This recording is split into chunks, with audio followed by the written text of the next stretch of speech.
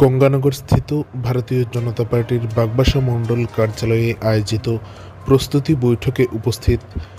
ভারতীয় জনতা পার্টির বাগবাসা মণ্ডলের মণ্ডল সভাপতি সুদীপ দেব সহ অন্যান্যরা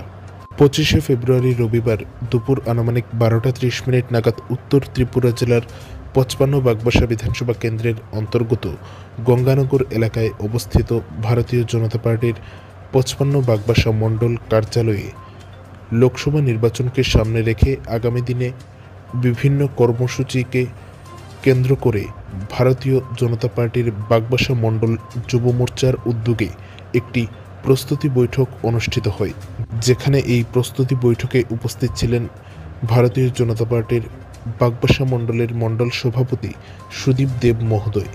উপস্থিত ছিলেন বাগবাসা মণ্ডলের ভারতীয় জনতা পার্টির সাধারণ সম্পাদক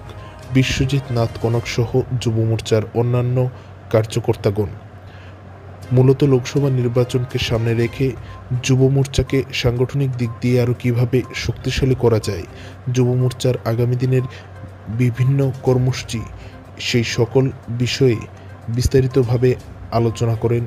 বিশ্বজিৎ নাথ কনক সহ মণ্ডল সভাপতি সুদীপ দেব।